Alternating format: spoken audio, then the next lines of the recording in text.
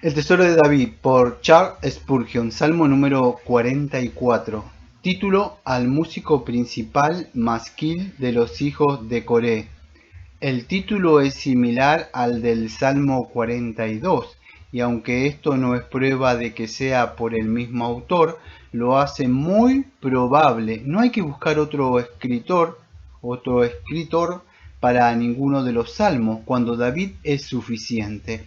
Y por tanto nos resistimos a adscribir este canto sagrado a otro que no sea el gran salmista. Por más que no sepamos a qué periodo de su vida puede corresponder, las últimas líneas presentan mucha semejanza con los famosos versos de Milton sobre la matanza de los protestantes entre las montañas de Piamonte, comenta Charles Hando Spurgeon. San Ambrosio observa que los salmos anteriores hemos visto una profecía de la pasión, resurrección y ascensión de Cristo, y de la venida del Espíritu Santo, y que aquí se nos enseña que hemos de estar preparados para luchar y sufrir para aquellas cosas que no sean provechosas. La voluntad humana debe obrar juntamente con la gracia divina, comentaba Christopher Wordsworth. Versículo número 1. Oh Dios, con nuestros oídos hemos oído. El oír con los oídos nos afecta de modo más sensible que el leer con los ojos. Debemos tener esto en cuenta y aprovechar toda oportunidad posible para proclamar el Evangelio de nuestro Señor Jesucristo de viva voz, puesto que es el modo de comunicación más efectivo. Nuestros padres nos han contado. Cuando los padres tienen la lengua trabada para hablar religiosamente a sus hijos, ¿es necesario extrañarnos que los corazones de los hijos queden trabados por el pecado? La conversación religiosa no tiene por qué ser aburrida, en realidad no puede serlo, como en este caso, si trata más de hecho que de opiniones, comentaba Spurgeon. La obra que hiciste. ¿Por qué solo la obra en singular, cuando hay tantas innumerables liberaciones que han sido obradas por él? Desde el pasaje del Mar Rojo a la destrucción de los 185.000 en el campo de los asirios. ¿Por qué todo esto no son más que tipos de la gran obra que procede de la mano del Señor, en que Satanás es vencido, la muerte destruida y el reino de los cielos abierto a todos los creyentes? Comentaba Ambrosio.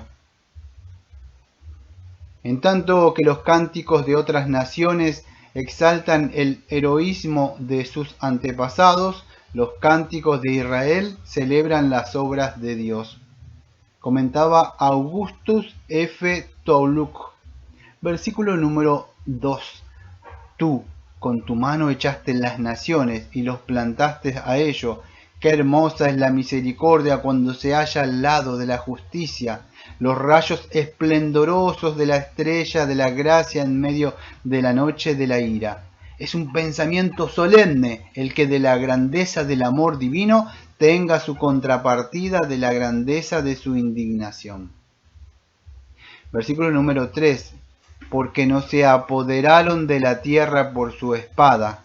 El pasaje se puede considerar como una hermosa parábola de la obra de la salvación.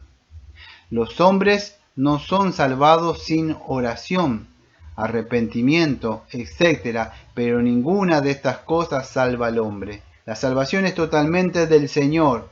Canaán no fue conquistada sin los ejércitos de Israel, pero es también cierto que no fue conquistada por ellos. El Señor fue el conquistador y el pueblo no fue sino un instrumento en sus manos. Versículo número 5. Contigo embestíamos a nuestros enemigos, en tu nombre hollábamos a nuestros adversarios.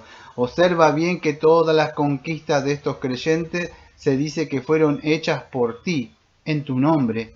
No olvidemos esto nunca, para que no emprendamos una campaña por nuestra cuenta y fallemos ignominiosamente.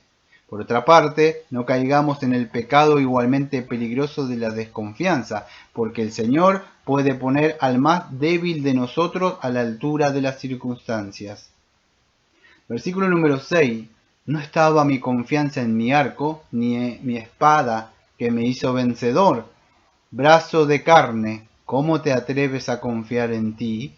¿Cómo me atrevo a acarrear sobre mí la maldición de los que confían en el hombre? Comentaba Spurgeon. Cuanto menos confianza tenemos en nosotros mismos o en cualquier otro aparte de Dios, más evidencia tenemos de la sinceridad de nuestra fe en Dios, comentaba David Dickinson. Versículo número 8. En Dios nos gloriamos todo el día. Qué bendito es gloriar es este. Es el único gloriarse que es aceptable.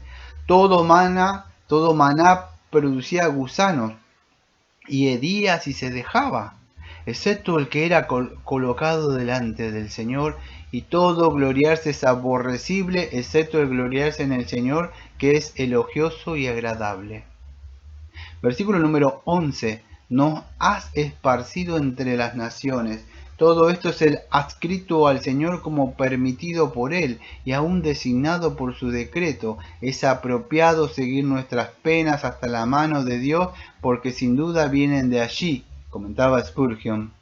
Versículo número 12. Has vendido a tu pueblo de balde, refiriéndose al sitio de Jerusalén, al sitiado de Jerusalén por Tito. Eusebio dice, muchos fueron vendidos por poca cantidad. Había muchos para vender, pero pocos para comprar. Versículo número 13. Por escarnio y por burla de los que nos rodean. El ser un escarnio de fuertes y débiles, superiores, iguales e inferiores, es difícil de sobrellevar. Los dientes del escarnio penetran hasta los huesos. Versículo número 14. Nos pusiste por proverbio entre las naciones. Todas al vernos menean la cabeza. El mundo no conoce su nobleza y no tiene vista para la verdadera excelencia. Hay una cruz para el maestro y no se puede esperar que conceda corona a sus discípulos. Versículo número 17. Todo esto nos ha sobrevenido y no nos habíamos olvidado de ti. Cuando en medio de nuestras aflicciones podemos mantenernos adheridos a Dios en obediencia amorosa, las cosas van bien. La verdadera fidelidad puede resistir un trato duro. Los que siguen a Dios por lo que sacan de ello van a dejarle cuando se agita la persecución, pero no el creyente sincero. Este no olvidará a su Dios aunque venga lo peor de lo peor, comentaba Spurgeon.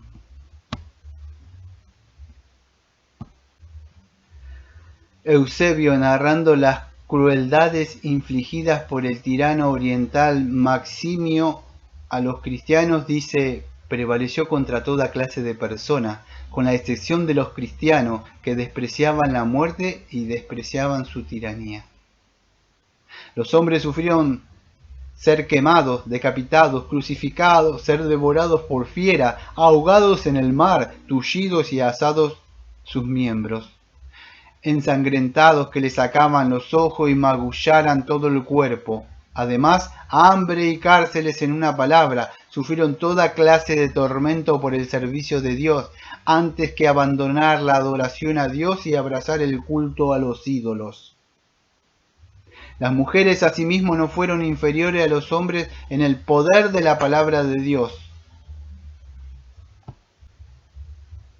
Las mujeres asimismo no fueron inferiores a los hombres en el poder de la palabra de Dios y se revistieron de valor, por lo que algunas sufrieron las torturas con los hombres y alcanzaron las mismas cumbres de valor.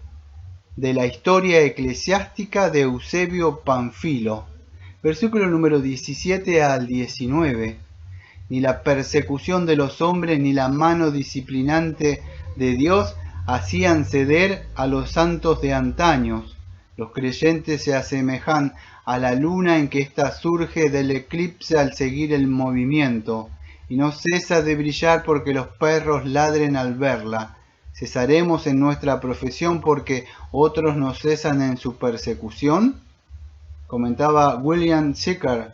Versículo número 18. No se ha vuelto atrás nuestro corazón, La piedad sincera ha pasado a ser un motivo de ridículo para el ingenio fanfarrón de este mundo ateo que se pavonea, comentaba John Flower.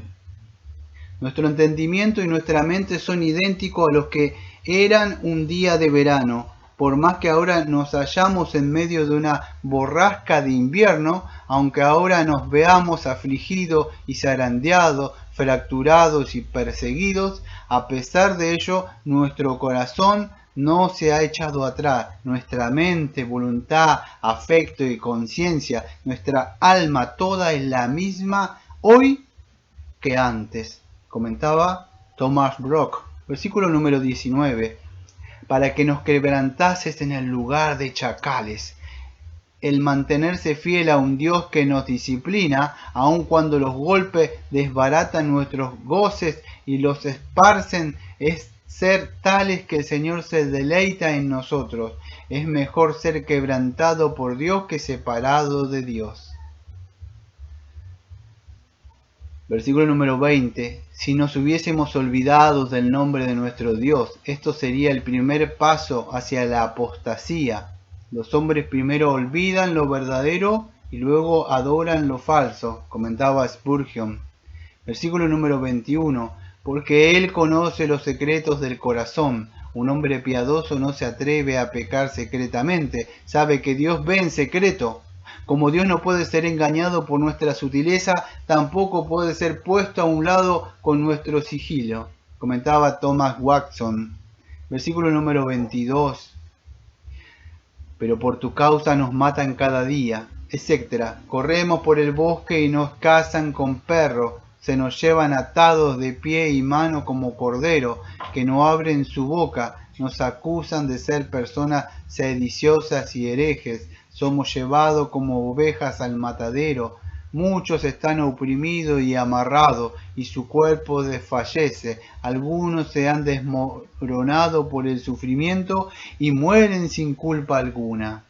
Aquí vemos la paciencia de los santos sobre la tierra, y hemos de ser probados por el sufrimiento. Aquí a los fieles se le ha colgado de árboles, estrangulado, descuartizado, ahogado, abierta secretamente, no solo a los hombres, sino también a las mujeres y doncellas han dado testimonio de la verdad, que Jesucristo es la verdad y el único camino a la vida eterna, de un martirologio de las iglesias de Cristo, comúnmente llamada bautistas, editado por E.B. Underhill. Somos contados como ovejas para el matadero. De Piamonte y Smithfield, de la matanza de Bartolomé y de las persecuciones de Claverhouse. Esta apelación asciende a los cielos, en tanto que las almas bajo el altar siguen clamando venganza. No siempre clamará la Iglesia de esta manera, porque su aprobio será recompensado y su triunfo es seguro. Versículo número 23. Despierta, ¿por qué duermes, Señor? Y Salmo 121, versículo 4. He aquí no dormirá ni se adormecerá el que guarda a Israel. Si Dios no está durmiendo, ¿por qué la Iglesia le llama tantas veces para que se despierte? Si ha de ser despertado del sueño, ¿por qué dice el salmista que nunca duerme? Nos vemos aquí en una contradicción. Respuesta. Una cosa es que la iglesia afligida clame en el ardor de su sufrimiento, y otra la que el Espíritu de la verdad dice para el consuelo de los santos. Lo mejor que pueden hacer los santos y mártires durante la tormenta es ir a Dios, como hizo Pedro en el mar, cuando Cristo dormía en la popa de la barca con tanta insistencia en la oración, como si el Señor no sintiera más su agonía que Jonás. La angustia de los marineros a punto de perecer en el mar agitado, hasta que dijeron: ¿qué haces aquí, dormilón? Despiértate. Los santos tienen tanta familiaridad con Dios en la oración que parecen como si Él estuviera al lado de su cama, comentaba William Stratt. No nos deseches para siempre. Al pensar lo que los santos han sufrido de sus altivos enemigos, nos unimos con el bardo del paraíso a la voz del clamor del mártir. Venga, oh Señor, a tus santos diezmados, sus huesos esparcidos por los Alpes, los que guardaron pura la fe antigua, cuando nuestros antepasados adoraban leños y piedras. Sí, no los olvides, porque en tu libro se hallan registrados sus gemidos y eran tus ovejas. Milton, en Matanzas en el Piamonte.